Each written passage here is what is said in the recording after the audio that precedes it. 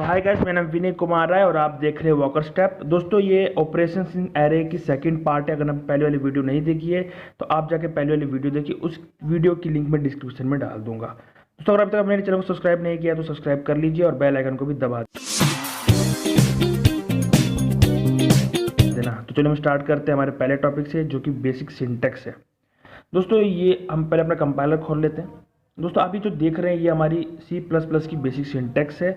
आप चाहे किसी भी तरह की कोडिंग करें, चाहे प्राइम नंबर फाइंड करें, क्लास बनाएं या कोई भी फंक्शंस बनाएं, आपको ये लिखना बहुत ज़रूरी है। ये हमारी क्लास की, हमारे C++ की बेसिक सी सिंटैक्स है। तो चलिए दोस्तों हम अभी फटाफट एरे बना लेते हैं। तो मैं जो है फास्ट मोड में एक एरे बना के दिखाता हूँ आपको।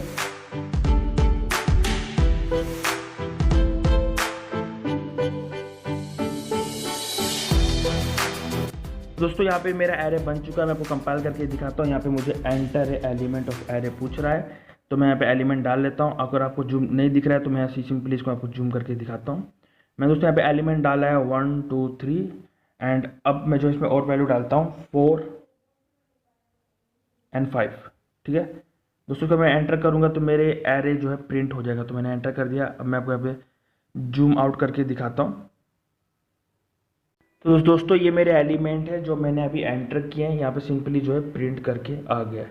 दोस्तों अब हमने एरे और एरे को किस तरह प्रिंट करता है हम लोग देख चुके हैं। दोस्तों अब हम बात करते हैं कि एरे में डिलीट ऑपरेशंस कैसे करते हैं। ठीक है, तो हम किसी पर्टिकुलर इंडेक्स की वैल्यू को डिलीट करना सीखेंगे। तो दोस्तों किसी पर्टिकुलर इंडेक्स की वैल्यू को डिलीट करने के लिए हमें उसकी पोजीशन पता होनी चाहिए।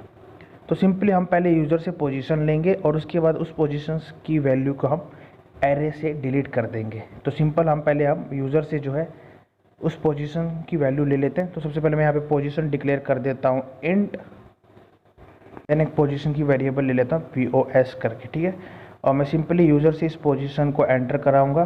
तो मैं सिंपली एक मैसेज प्रिंट कर देता हूँ, एंटर है पोजीशन टू डिलीट। ठीक है, उसके बाद मैं इसको जो है पोज के अंदर स्टोर कर लूँगा। तो मैं इसको END न्यू लाइन में कर देता हूँ, ENDL and then semicolon enter. और यहाँ पे मैं जो मैं लिख दूंगा पोज। ठीक है, POAS पोज एंड देन एंटर। दोस्तों अब मेरे को इस पोजीशंस की वैल्यू को डिलीट करना है। तो मैं सिंपली यहाँ पे एक फॉर लूप लूँगा। तो मैं ऊपर से फॉर लूप को कॉपी कर लेता हूँ। इस फॉर लूप को मैं यहाँ से कॉपी करके सिंपली यहाँ पे जो है पेस्ट कर दूँगा। तो मैं यहाँ पे जो इसको पेस्ट कर दूंगा। उसका दोस्तों मेरे को इसकी ज़रूरत नहीं है सी आउट स्टेटमेंट की, तो मैं इसको यहाँ से हटा देता हूँ एंड देन ये मेरा फॉर लूप हो गया। अब दोस्तों मेरे को जो है इस पोजीशंस की वैल्यू को डिलीट करना है मेरे एरे से। तो इसके लिए जो है लॉजिक क्या होता है मैं आपको बताता हूँ। दोस्तों इसके लिए हमें अपनी जो 0 से एरे स्टार्ट हो रहा है उसको हम पोजीशन स्टार्ट करेंगे।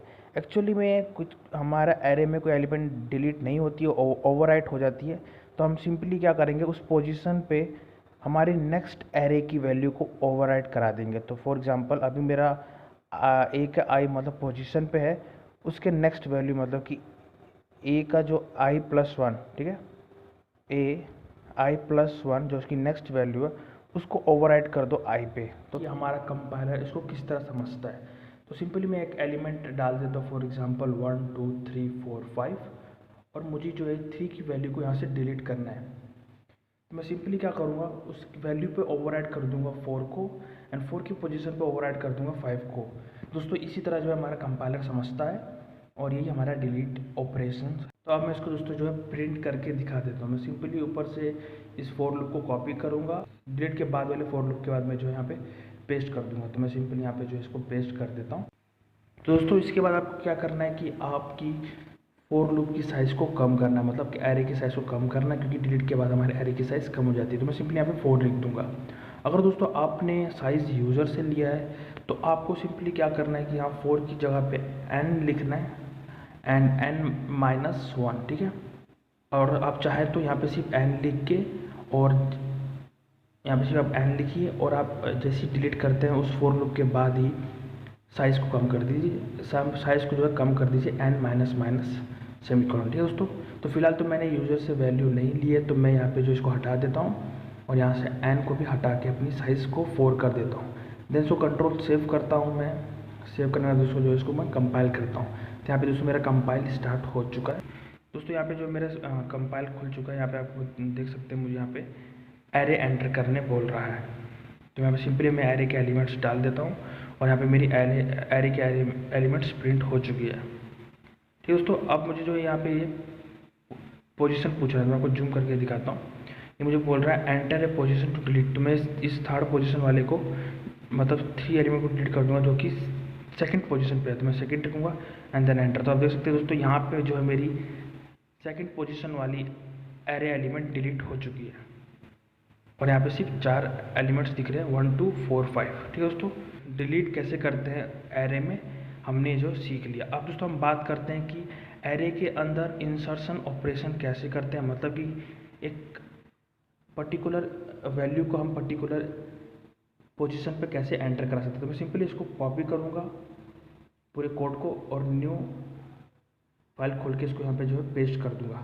आपको दोस्तों में सिंपल सा सिर्फ एडिट करना है, आपको सिंपल सी चेंजेस करने हैं और आपकी इंसर्शंस भी हो जाएंगे। तो मैं सिंपली यहाँ पे लिखता हूँ आफ्टर इंसर्शंस।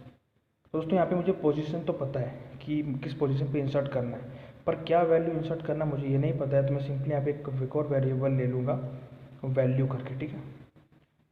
और इसका दोस्तों मैं ये एंटर पोजीशन को डिलीट को हटा के यहाँ पे लिख दूँगा इंसर्ट एंड पोजीशन के बाद दोस्तों जो मैं यूज़र से वैल्यू को ले लूँगा। तो मैं सिंपली यहाँ पे यूज़र से वैल्यू को ले लेता हूँ और उसके बाद दोस्तों मैं जो है फॉर लूप पे जो चेंजेस कर देता हूँ। मैं पोजीशन की जगह पे यहाँ पे मेरी फॉर लूप से स्टार्ट करता हूँ 4 से, एंड फॉर लूप मेरी कब तक चलेगी, जब तक मेरी जो है पोजीशन नहीं आती है। तो मैं सिंपल लिखूँगा I greater than equals to position. ठीक है दोस्तों, इसमें हमको क्या करना होता है कि हमारे एक एक एलिमेंट को लेफ्ट में शिफ्ट करना होता है ताकि हमारे पास स्पेस आ जाए पाए। तो मैं इसको माइनस कर देता हूँ। बताता हूँ कि कंपाइलर कैसे समझता है। तो फॉर एग्जांपल मुझे यहाँ पे 4 की पोजीशन पे कुछ इंसर्ट करना है, तो मैं सिंपली 5 को एक पोजीशन साइड में शिफ्ट कर दूंगा। तो मैं सिंपली 4 को शिफ्ट कर दूंगा एंड 5 को शिफ्ट कर दूंगा। तो यहाँ पे दोस्तों मेरी जो है स्पेस बन चुकी है और यहाँ पे मैं जो है कोई भी वैल्यू इंसर्ट कर दूंगा। दोस्तों यही हमारा कंपाइलर है जैसे हम समझता है और ये सिंपल सी लॉजिक हमको यहाँ पे बनानी है।